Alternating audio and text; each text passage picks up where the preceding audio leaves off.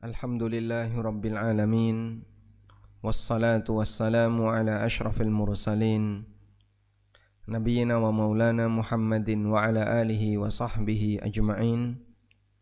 Wa ashhadu an la ilaha illallah wahdahu la syarikalah, wa ashhadu anna Muhammadan abduhu wa rasuluh, sallallahu alaihi wa ala alihi wa sahbihi wa man tabi'al huda ila yaumiddin. Alhamdulillah, puji syukur kita haturkan kehadirat Allah Subhanahu wa taala. Pagi ini kembali kita lanjutkan kajian dengan membaca kitab Riyadhus Shalihin. Insyaallah kita akan membaca hadis nomor 214.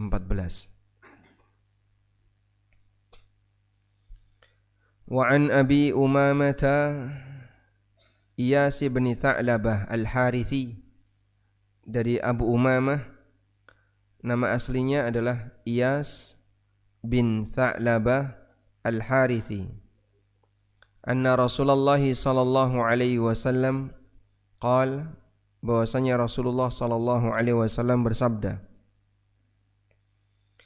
man iqtata'a haqqam ri'in muslimin biyamini, barang siapa yang mengambil sepotong hak seorang muslim biyaminihi, dengan sumpahnya, sehingga dia mendapatkan itu dengan cara legal karena dia bersumpah lalu dipercaya, akhirnya dikasihkan kepadanya.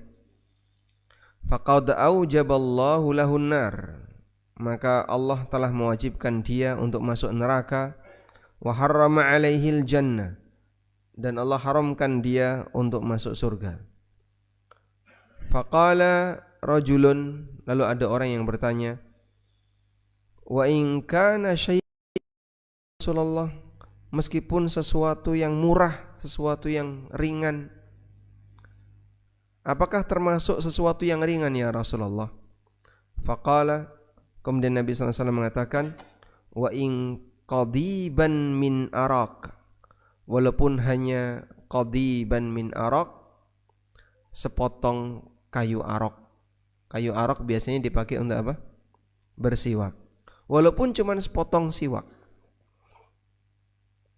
Sepenggal siwak ini fungsinya untuk apa? Hanya untuk gosok gigi. Yang mungkin secara harga orang di zaman sekarang dikasih aja belum tentu mau.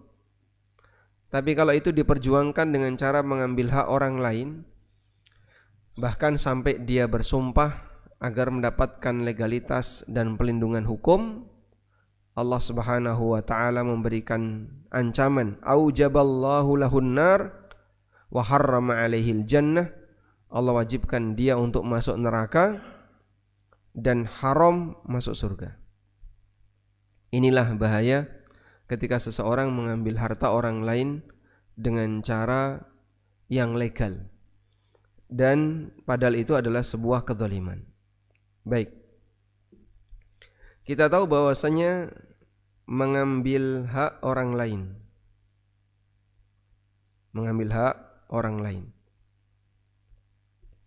kalau mengambil hak tidak legal, kira-kira yang terjadi gimana Pak? Maka dia akan mudah dipidanakan. Tapi kalau dia mengambil hak orang lain dengan cara legal, dilegalkan oleh siapa? Legal oleh negara atau masyarakat, sehingga masyarakat menganggap itu hal yang boleh. Dia bersumpah sehingga dia dimenangkan, dia bersumpah sehingga dia dilegalkan, maka dia tidak bisa dipidanakan. Sehingga di posisi ini tidak bisa dipidanakan. Padahal dia zalim, dia mengambil itu secara zalim dan tidak bisa dituntut ketika di dunia. Yang kedua ini lebih berbahaya. Maka karena orang seperti ini tidak bisa dikendalikan dengan hukum dunia, dia diberi ancaman hukum di akhirat. Diberi ancaman hukum akhirat.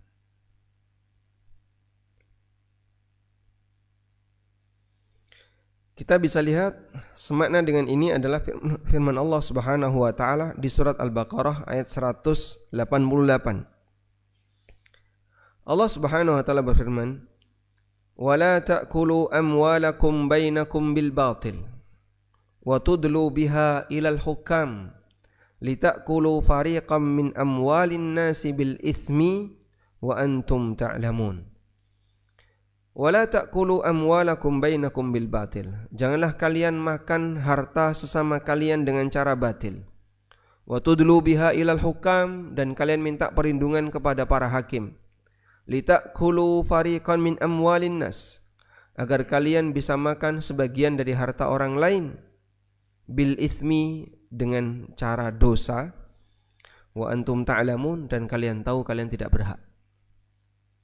Ini ancaman yang diberikan oleh Allah dalam Al-Quran, larangan yang diberikan oleh Allah dalam Al-Quran bagi mereka yang dia mengambil hak orang lain tapi minta pelindungan hukum. Sehingga karena dia punya pelindungan hukum, maka sulit untuk disalahkan, sulit untuk dipidanakan, bahkan legal secara negara, dilindungi oleh negara dan seterusnya. Kebayang ketika ada orang yang dia mengambil hak dilindungi oleh hukum, sehingga zalim yang dilindungi hukum. Gimana Pak kalau zalim dilindungi hukum? Dosanya lebih besar. Dosanya lebih besar. Disinilah kita bisa lihat kenapa riba itu ancamannya besar. Karena di posisi ketika seseorang itu sebagai debitur, sebagai pemilik utang yang selalu nyicil secara ribawi, ada tambahan terus. Dia mau memperkarakan ke pengadilan tidak bisa. Karena kreditor yang menarik riba ini dilindungi hukum. Sehingga ketika dia mau minta perlindungan secara hukum, dia kalah. Titik terakhir pelindungannya adalah kepada Allah Subhanahu wa taala. Maka Allah Subhanahu wa taala berikan ancaman yang sangat besar bagi pemakan riba. Apa saja Pak pemakan riba ancamannya Pak? Satu, dibangkitkan dalam kondisi kesurupan, seperti orang kesurupan. Yang kedua, atau sebelumnya, di alam kubur dia berenang di sungai darah. Ketika dibangkitkan, dia dibangkitkan seperti orang gila yang kesurupan. Yang ketiga, ditantang perang ketika di padang mahsyar. Yang keempat, ancaman masuk neraka. Sehingga satu pelanggaran tapi kena pasal berlapis, yaitu makan riba.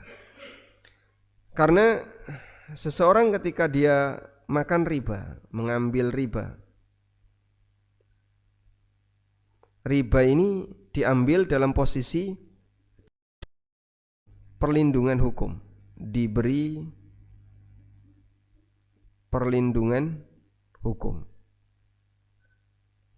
sehingga bisa nggak diperkarakan sebagai pidana? Oh, nggak bisa. Wong kamu lakukan dengan cara riba, sehingga masyarakat melindungi, masyarakat membolehkan, negara juga melegalkan. Maka ketika dia mendapatkan perlindungan hukum di dunia, Allah Subhanahu wa taala memberikan ancaman besar di akhirat.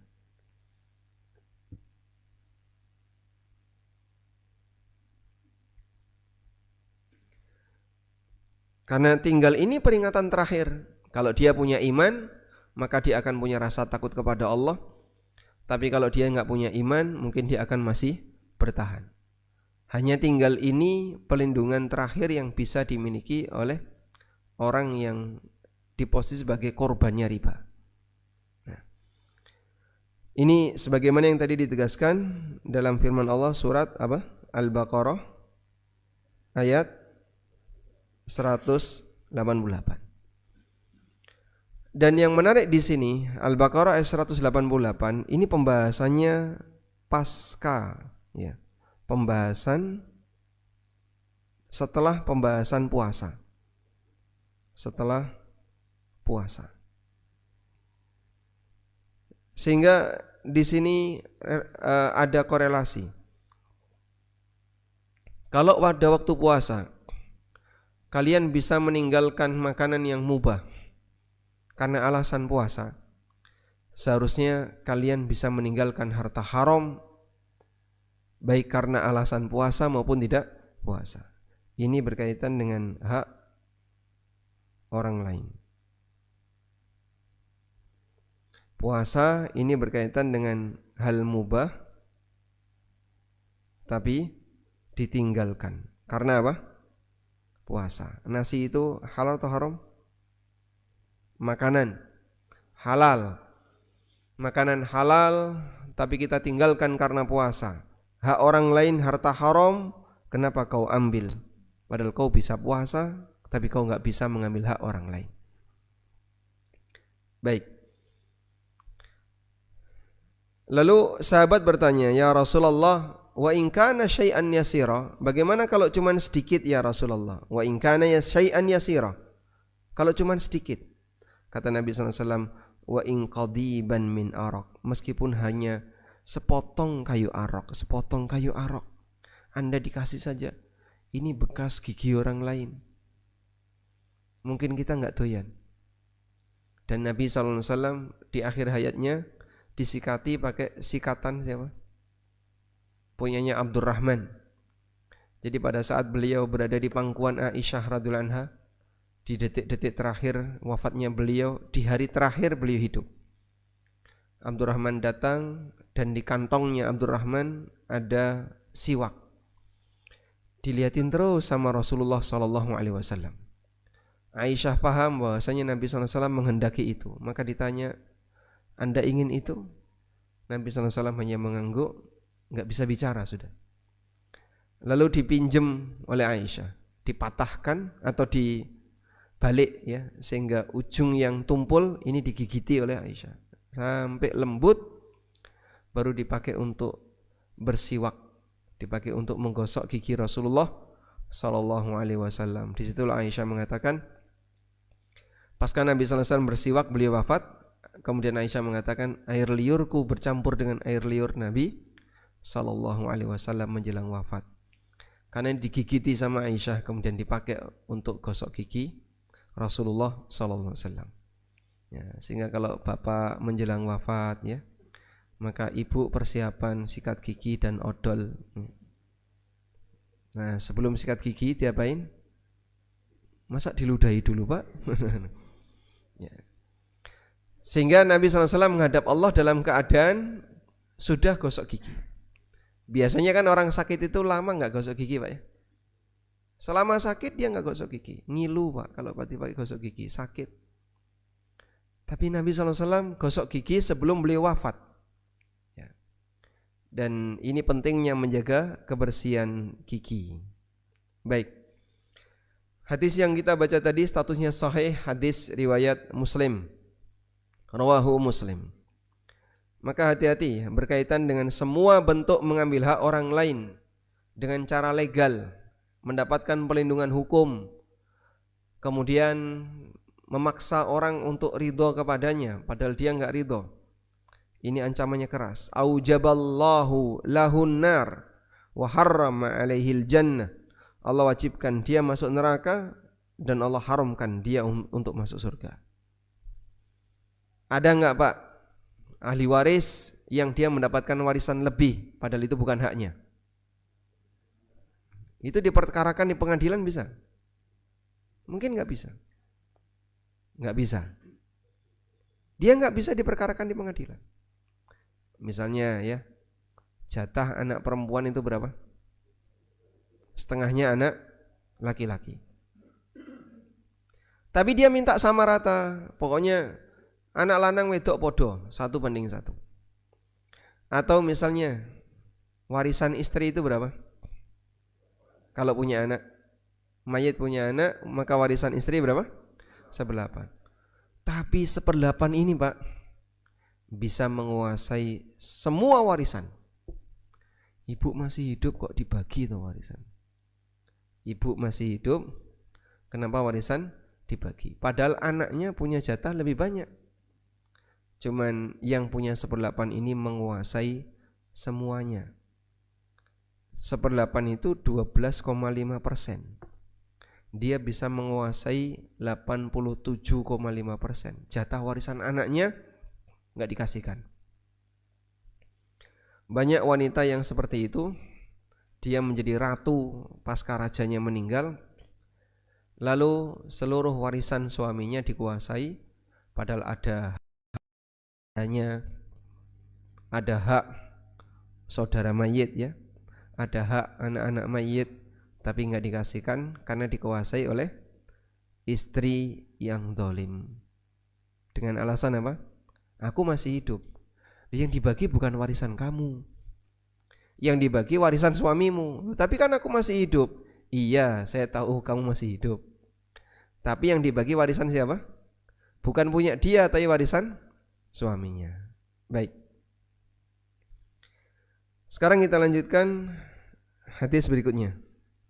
Hadis nomor 215.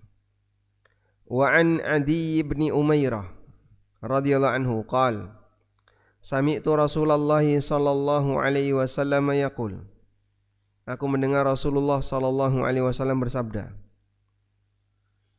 Beliau mengumpulkan banyak sahabat, lalu beliau kasih pengumuman, "Man ista'malnahu minkum ala amalin." Barang siapa di antara kalian yang aku tugaskan untuk melakukan kerja tertentu, fakatamana mikhyatan fama fawqahu, lalu dia menyembunyikan mikhyat, jarum. Dia menyembunyikan sebuah jarum atau yang lebih dari itu. Kana gululan ya'ti bihi yaumal qiyamah. Maka itu akan menjadi harta gulul yang akan dia bawa kelak di hari kiamat. Faqama ilaihi rajulun aswadu minal ansar. Lalu ada orang berkulit hitam dari kalangan orang Ansar mengatakan, "Ka'anni anduru ilai," saya melihat ke arah orang itu. Faqala ya Rasulullah, lalu orang itu mengatakan, "Ya Rasulullah, iqbal anni amalak." Ya Rasulullah, tolong terima kembali tugas yang Anda berikan kepadaku. Sampai sahabat ini merasa enggak sanggup. Ya Rasulullah, saya kembalikan tugas yang kemarin Anda berikan kepadaku. Qala, Nabi SAW bertanya, "Wa ma laka?" Kenapa kamu? Qala, kemudian sahabat ini mengatakan, "Sami'tu taqulu kadza wa kadza." Tadi aku mendengar Anda menyampaikan seperti ini. Qala, kemudian Nabi SAW memberikan ralat. Wa ana aquluhul an, sekarang aku sampaikan. Man ista'malnahu ala amalin, siapa yang aku perintahkan untuk menjalankan tugas tertentu, falyaji biqalilihi wa katsirihi, silahkan dia laporkan sedikit maupun banyak. Fama utiya minhu akhadha, dan apa yang aku berikan kepadanya dari harta laporan itu, akhadha silahkan dia ambil. Wa ma nuhiya anhu intaha, dan siapa yang dilarang maka dia tidak boleh mengambilnya. Rawahu Muslim, hadis riwayat Muslim. Ini berkaitan dengan gratifikasi, Pak. Coba kita lihat di sini ya. Kita sedang berbicara tentang masalah gratifikasi. Nabi SAW adalah seorang pemimpin puncak, sehingga beliau kepala negara. Kita tulis saja negara. Negara memberikan tugas kepada si A, ngasih tugas kepada si A. Sebagai apapun dia bertugas. Lalu dia mendatangi, si A ini mendatangi sebuah lembaga untuk inspeksi atau melakukan asesmen, penilaian atau apapun di lembaga ini, baik swasta maupun lembaga milik pemerintah. Misalnya dari dinas pendidikan, misalnya ya, ke sekolah negeri, berarti dari pemerintah ke pemerintah. Tapi ada yang bertugas untuk memeriksa lembaga ini, atau dari dinas pemerintah ke lembaga swasta. Ya? terus ini memberi sangu, disangoni. Ya. Paham disangoni, Pak? Hah? Disangoni bahasa Bandungnya, Pak. Diseseli. Di amplopi. Nah, ini lebih tegas ya. Udah, yang vulgar saja, Pak. Ya, terus teranglah di amplopi ya. Plus diberi oleh-oleh. Begini ya. Boleh enggak ini diterima? Boleh enggak ini diterima? Enggak boleh? Sepakat enggak boleh?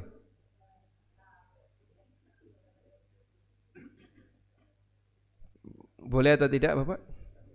Tidak boleh. Kita sepakat? Enggak boleh. Dah? Ini kan pada asalnya namanya apa ini, Pak? Gravitasi. Gratifikasi ya. Nah, ini namanya gulul. Harta gulul. Dan Allah Subhanahu wa taala berfirman dalam Al-Qur'an, "Wa may yaghlul ya'ti bima ghalla yaumal qiyamah." Wa may yaghlul. Wa ma kana li nabiyyin ay yaghul. Nabi tidak mungkin gulul. Wa may yaghlul, dan siapa yang gulul, ya'ti bima ghalla yaumal qiyamah. Dia akan bawa harta gululnya itu kelak di hari kiamat. Tsumma tuwaffa kullu nafsin ma kasabat. Kemudian setiap jiwa akan dipenuhi sesuai dengan apa yang dia kerjakan. Sehingga kalau itu harta gulul, maka harta gulul ini nanti dipikul di hari kiamat.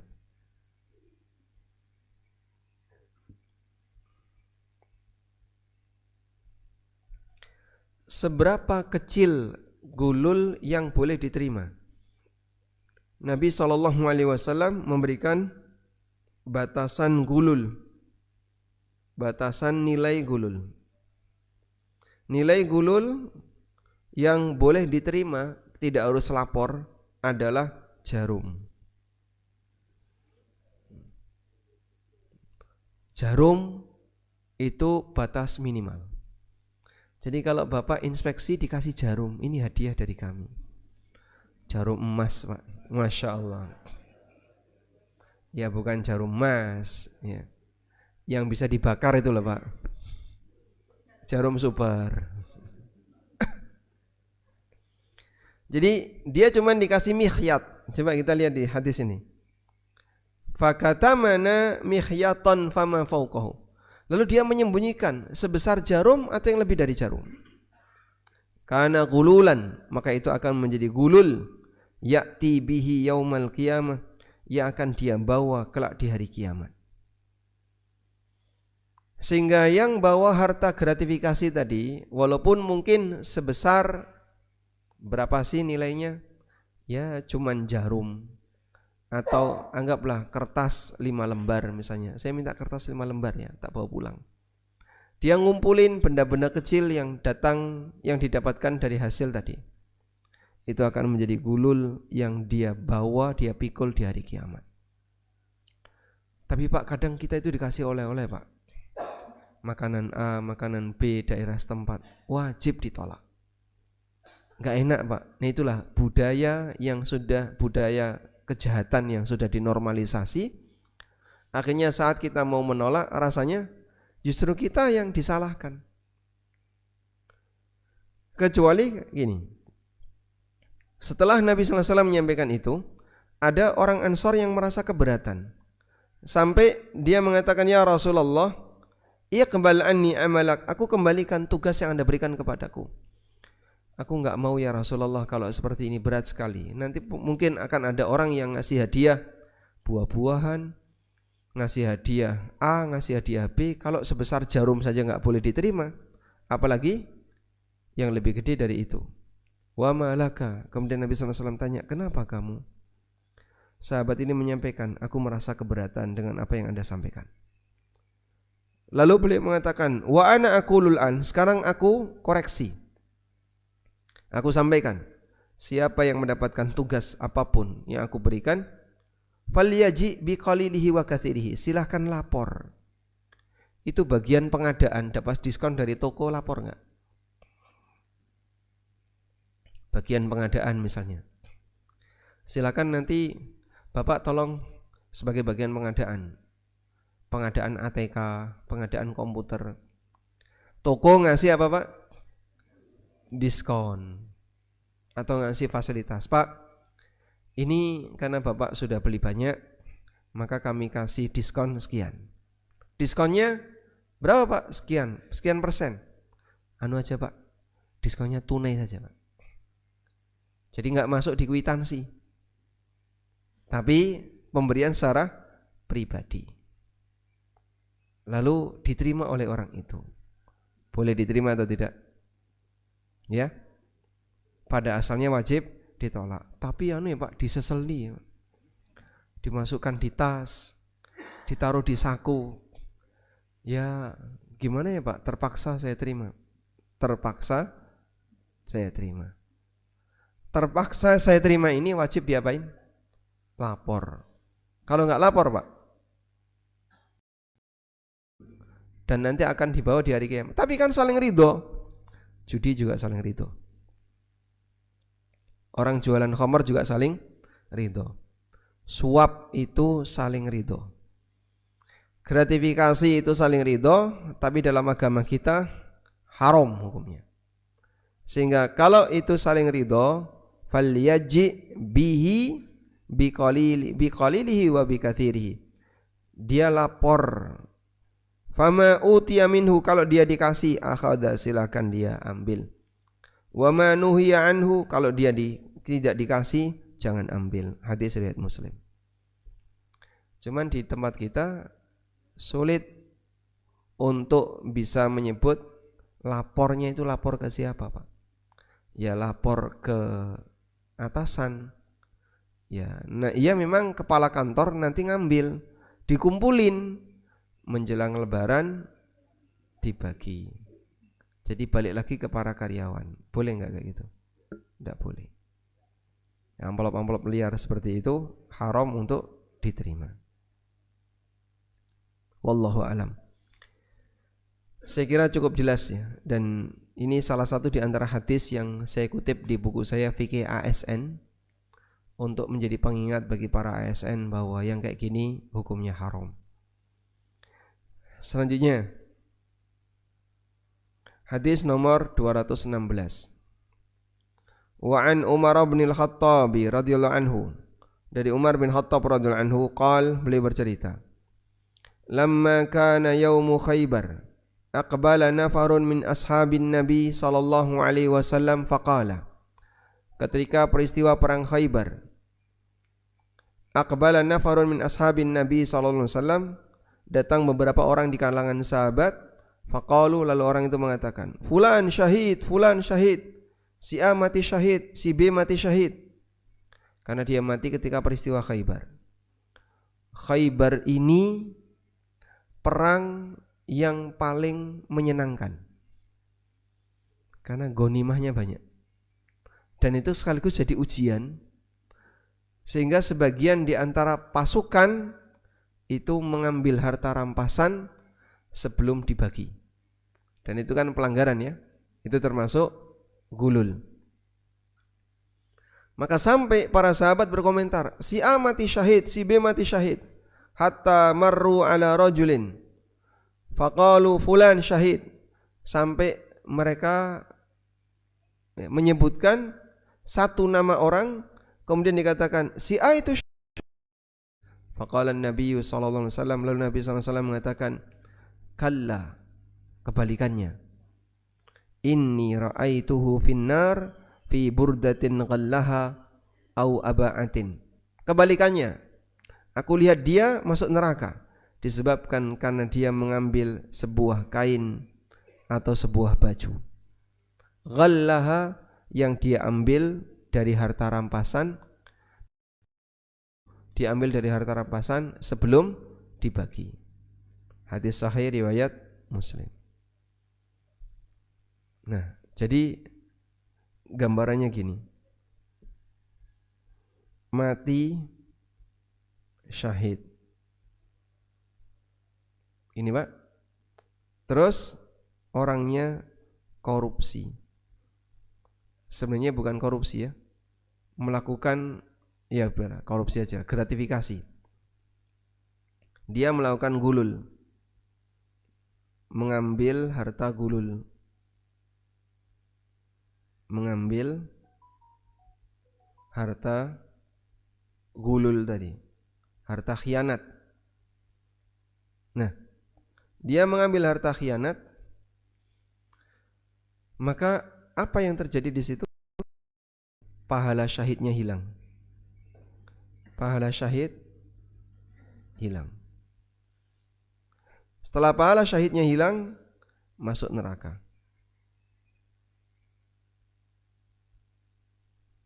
Baik. Sehingga amal ritual dianulir gara-gara pelakunya melanggar aturan.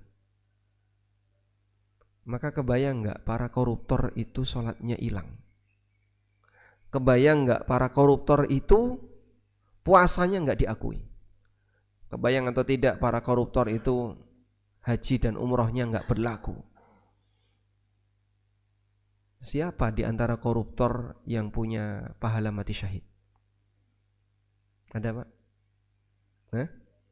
Koruptor yang mati syahid ada? Jadi begitu dia mati, setelah diaudit ternyata banyak korupsi. Padahal dia mati syahid, mati dalam medan perang melawan orang kafir misalnya. Kita nggak nemu koruptor yang mati syahid di negeri ini. Yang sekelas mati syahid, tapi dia mengambil harta khianat, pahala syahidnya hilang, orangnya masuk neraka. Sampai kata Nabi SAW tadi ya, ketika fulan dikatakan fulan mati syahid, dia itu cuman korupsi burda. Bapak tahu burda? Yang dipakai orang ikhram bagian atas rida itu kain burda. Jadi burda adalah sehelai kain yang dipakai untuk baju. Au aba'ah, atau dia pakai aba, atau dia mengambil korupsi kain aba'ah atau baju aba'ah. Mengambil sebuah baju. Bagaimana dengan korupsi yang jumlahnya sampai miliaran atau puluhan juta atau ratusan juta atau belasan juta? Ini semuanya nanti akan menjadi petaka bagi dia di hari kiamat. Wallahu a'lam. Baik. Sehingga kalau ada orang yang berkeyakinan begini, yang penting orang itu banyak ibadah, nanti semua dosa hasil korupsinya akan hilang. Sehingga korupsi lalu dipakai haji, maka dia pulang seperti bayi yang baru lahir dari rahim ibunya. Ini kan keyakinan sesat, Pak. Ini keyakinan sesat. Kenapa? Gara-gara seperti inilah orang jadi lebih nekat. Dan ternyata banyak yang seperti ini. Saya pernah dapat cerita ya dari seorang kawan, dia dengar langsung dari salah satu anggota dewan. Kawan saya ini tahu betul anggota dewan ini korupsinya banyak, gratifikasinya banyak. Jadi dia yang memutuskan bagian perizinan. Jadi banyak sekali orang-orang yang punya proyek datang ke rumahnya, ngasih A, ngasih B, ngasih C. Dia kalau butuh sesuatu tinggal WA aja ke mereka. Aku mau ke sini, aku mau olahraga ini, mau ini, difasilitasi sudah. Nah, kemudian si anggota dewan ini bilang, urip ki sing penting ojo lali ibadah. Salat jamaah, poso sunnah, sedekah, ya ini iso karo digawe umroh. Dan memang orangnya rajin sholat. Rajin sholat jamaah, rajin puasa sunnah, bahkan tirakat, Pak. Tapi dia koruptor. Nah, dan itu menandakan bahasanya dalam bayangan dia, kalau orang korupsi atau mengambil hak negara, tapi dia rajin ibadah. Maka ini nanti menghilangkan dosanya. Dosanya hilang. Dosanya akan hilang. Saya pernah ngisi di sebuah instansi yang cukup basah, Pak, karena sering kehujanan.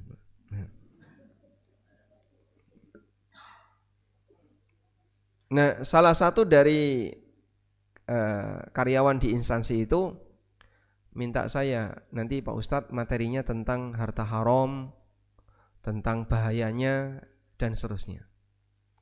Saya batin, ini benar nih materi kayak gini, beresiko banget nanti. Saya ngisi, saya tidak nyebut kata-kata korupsi, saya tidak nyebut gratifikasi atau sogok, suap. Saya tahu kata ini sensitif.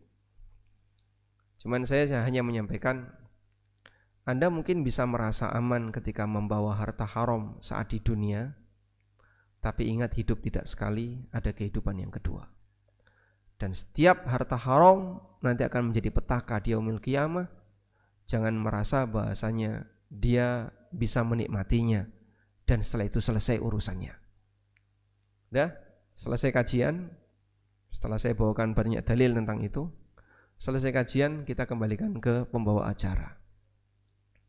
Lalu pembawa acara ini bilang, Bapak Ibu yang kami hormati, hidup itu yang penting kita rajin ibadah, rajin sholat, jangan lupa puasa sunnah, sedekah. Insya Allah masuk surga.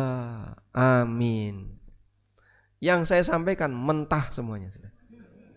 Hanya dengan kalimat terakhir dia ngasih motivasi bahwa orang kalau rajin ibadah menghapus dosa harta haram tadi. Nah, ini kan paham sesat, Pak, ya. Dan itu masih banyak sekali berkeliaran di teman-teman aparat pemerintah. Maka kita mencoba untuk menghancurkan paham sesat ini. Jangan sampai ini bertahan. Karena selama paham ini masih ada, mereka akan selalu merasa aman ketika mengambil harta negara. Maka kita sampaikan, wahai para aparat yang rajin haji dan umroh, semua ibadah kalian hilang gara-gara korupsi. Nah, itu kan penekanan, ya, agar mereka tahu gak ada gunanya rajin sholat. Jangankan yang rajin sholat, mati syahid saja pahalanya hilang. Nah, kalau kayak gini kan mereka bisa lebih hati-hati. Kembali tadi, Pak, ya, kalau melakukan pelanggaran di posisi dia merasa legal, dapat perlindungan hukum, maka pernyataan terakhir adalah dikembalikan kepada ancaman agama. Sehingga dia mungkin gak bisa punya rasa takut karena dia merasa legal, merasa punya perlindungan hukum. Ya tinggal disampaikan, kau mungkin merasa aman di dunia, tapi ya kayak gini, nanti ada bahaya besar setelah kau mati, karena dolim yang dilindungi hukum dosanya lebih besar. Nah, maka kita berharap, ya, para tokoh agama tolong seperti ini disampaikan, sehingga mungkin Anda merasa nggak nyaman kalau menyampaikan ini di forum-forum yang dimiliki atau yang diadakan oleh pemerintah. Tapi kalau seperti ini nggak disampaikan, sampai kapan negara ini akan selalu menanggung kerugian karena praktek korupsi, gratifikasi, dan sogok, suap, dan yang lainnya. Wallahu a'lam. Baik, mungkin itu yang bisa kita bahas. Semoga apa yang kita sampaikan ini bermanfaat. Selanjutnya kita kembalikan ke pembawa acara. Pembawa acara. Mungkin dikasih motivasi dan penenang.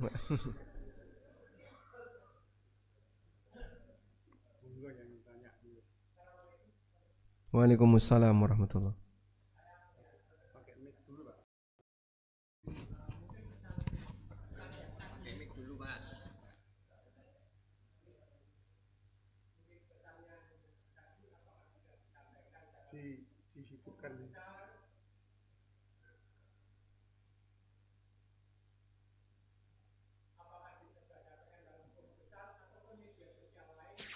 terkait dengan yang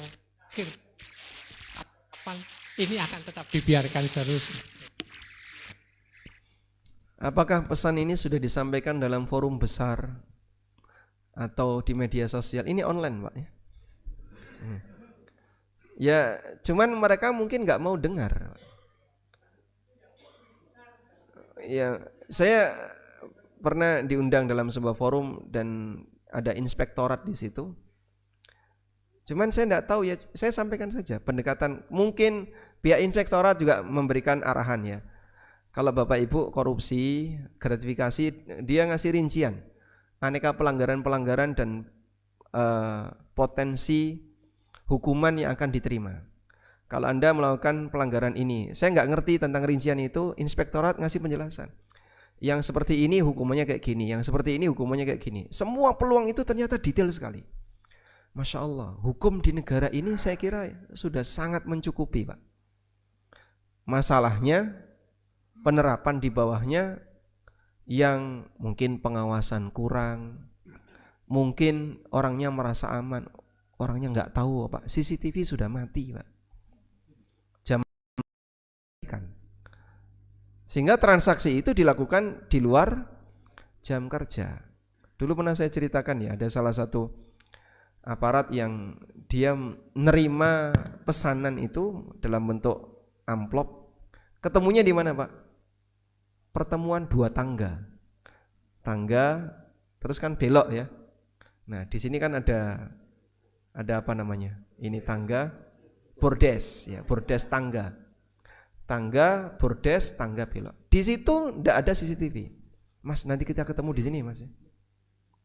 Ketemu di situ. Kadang ketemu di warung. Ya sudahlah, ini enggak perlu kita ceritakan, terlalu banyak kasusnya. Masalahnya mereka enggak mau dengar, Pak. Jadi kalau bicara apakah ini sudah disampaikan? Insya Allah kami sudah sampaikan. Ya meskipun jangkauannya kita enggak tahu. Buku fikih ASN itu sudah beberapa kali saya dapat foto dihadiahkan ke kepala provinsi, gubernur, Pak. Ada beberapa gubernur sudah menerima buku itu, dan kepala dinas beberapa sudah menerima buku itu sebagai hadiah.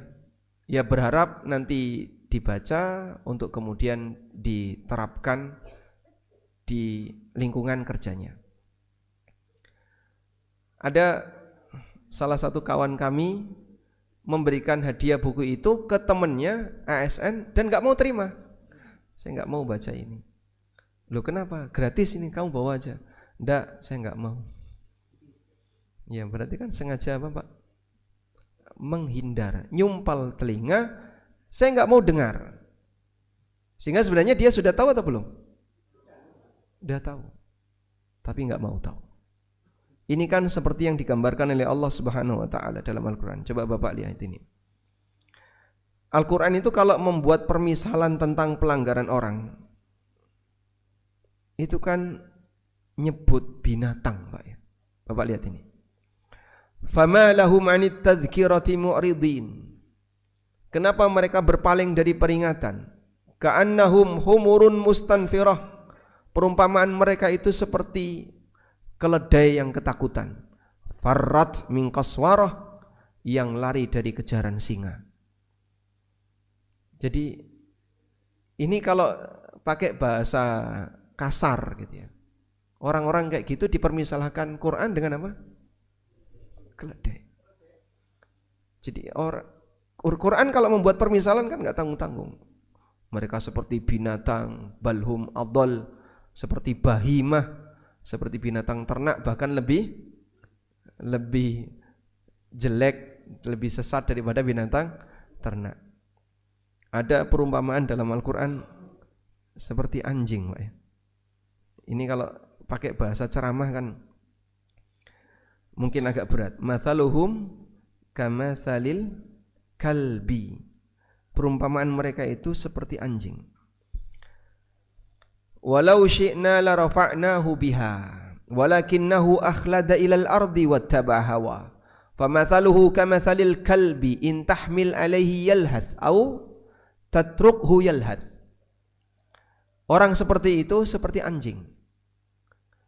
Kau kasih nasihat, Enggak kasih nasihat sama saja. Intahmil alaihi yalhath. Ketika anjing itu kau gertak, dia melet. Ketika kau biarkan, tetap melet. Melet itu bahasa Indonesianya apa? Kedawan ya Pak. Melet kan ringkasnya, menjulurkan lidah. Anjing itu kau usir dia menjulurkan lidah, kau biarkan saja dia menjulurkan lidah. Ya memang seperti itu karakternya. Dikandani podo orang ini. Nah perumpamaan kayak gini kalau kita sampaikan di forum, Masya Allah kok kasar banget ya. Tapi saya cuma bacakan bahasa Quran. Mathalul ladzina hummilu taurata thumma lam yahmiluha kamathalil himari yahmilu asfara. Perumpamaan orang yang diberi Taurat kemudian dia tidak mengamalkan isinya, seperti keledai yang di punggungnya dikasih asfar. Asfar itu jamak dari sifar, yaitu lembaran-lembaran buku. Keledai itu dikasih beban, mau kotoran, mau emas, mau buku. Bagi mereka ya sama, itu cuman beban. Maka orang yang diberi kitab suci tapi nggak ngerti isinya, dia mungkin membaca ayat Al-Quran itu, tapi Quran itu menampar dirinya dan dia nggak merasa. Maka seperti yang pernah dikatakan oleh Hasan Al-Basri, rubba qari'il Quran wal Quranu yal'anuh. Betapa banyak pembaca Quran dan dia dilaknat sama Quran. Yang kau baca itu adalah kamu, tapi dia nggak ngerti. Quran nyebut kamu binatang loh, tapi dia nggak ngerti Pak. Gimana kira-kira Pak? Ya itulah seperti tadi. Rubba qari'il Quran wal Quran yal'anu. Betapa banyak pembaca Quran dan dia dilaknat sama Al-Quran. Ramadan itu Pak, yang melakukan praktek perbuatan maksiat dia membaca Quran, paham nggak dengan isinya Pak? Dia nggak paham Pak. Sehingga mungkin dia ditempeleng sama Quran, dia dimarahi sama Quran, tapi dia nggak dong, nggak paham. Dan seperti itulah kurang lebih kita Pak. Makanya kalau dulu para sahabat ketika membaca teks ayat dan itu menyalahkan dirinya, mereka sampai merasa sangat sedih. Kita biasa saja, tidak ada perasaan bersalah. Wallahu a'lam. Monggo. Assalamualaikum. Waalaikumsalam warahmatullahi. Yang ingin saya tanyakan tadi tentang mengambil harta secara zalim yang dilegalkan itu apakah termasuk pajak?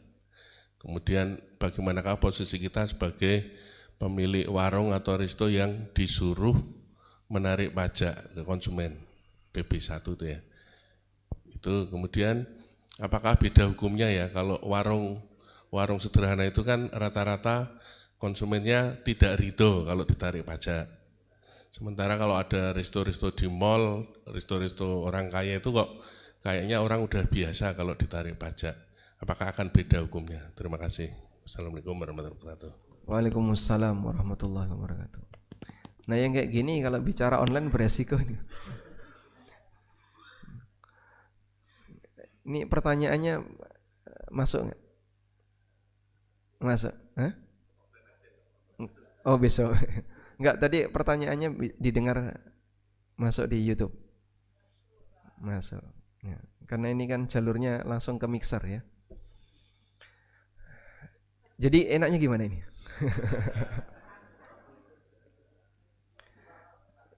Ya. Coba di sini pengusaha banyak ya. Para pengusaha yang merasa ridho ketika ditarik pajak ada Pak? Sehingga saat ditarik pajak saya bayarkan. Alhamdulillah, terima kasih ya. Saya sudah diambil pajaknya. Ada Pak? Sebagai pengusaha tidak ridho. Nah, apalagi suruh nariin pajak ke konsumen yang datang. Ya kan biasanya 11% ya sekarang ya. 10. Oh gitu. Baik. 10% ya. PPN. Wallahu alam. Saya bicara yang ini dulu ya. Bagaimana kalau warung itu kadang kan ada dikasih banner nggih, Pak. Banner itu ada tulisan terima kasih dengan membayar makanan di sini berarti Anda membayar sekian untuk pemerintah misalnya. Yang saya pahami warung bukan menarik, Pak. Tapi warung diminta untuk menerima titipan dari konsumen. Sehingga yang terjadi kan warung tidak menarik, kamu harus bayar pajak. Tapi ini peraturan dari pemerintah, kita menampung titipan dari konsumen. Oleh karena itu, total nilai pajak itu tidak boleh dikurangi oleh warung. Jadi misalnya warung ini pendapatan sebulan 1 M. Dengan pajak berapa? 1 M itu 100 juta. Maka dia wajib setorkan 100 juta. Boleh enggak Pak? 80 Pak. Karena ada 20 kita nawar. 20 itu kan titipan konsumen yang seharusnya diserahkan ke negara. Nah kalau yang 20 ini diambil warung, itulah warung ini menarik pajak. Dia memanfaatkan apa yang diberikan oleh konsumen. Haram bagi warung. Sehingga 1 M pajaknya 100 juta, wajib dia serahkan 100 juta utuh ke negara. Begitu? Wallahu a'lam. Kalau dosanya penarik pajak kita sepakatnya bahwa Nabi SAW pernah mengatakan sahibu maksin la yadkhulul jannah. Orang yang narik pajak tidak masuk surga, itu ancamannya. Ya.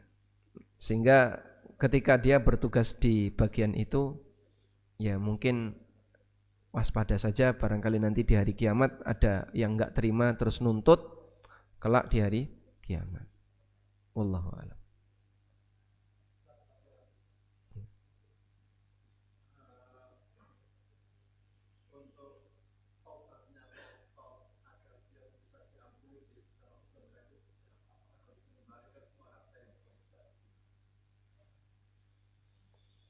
Taubatnya koruptor agar dia bisa diampuni dosanya, ya, wajib dia kembalikan harta yang pernah dia korupsi. Kalau enggak, ya nanti dia dituntut walaupun seberat jarum. Jadi kira-kira gimana Pak? Ya dulu hasil korupsinya apa saja? Ya villa di Bogor 1. Mana lagi? Rumah di Jogja. Mana lagi? Apartemen ini A, B, C, kembalikan semua. Tas apa maksudnya?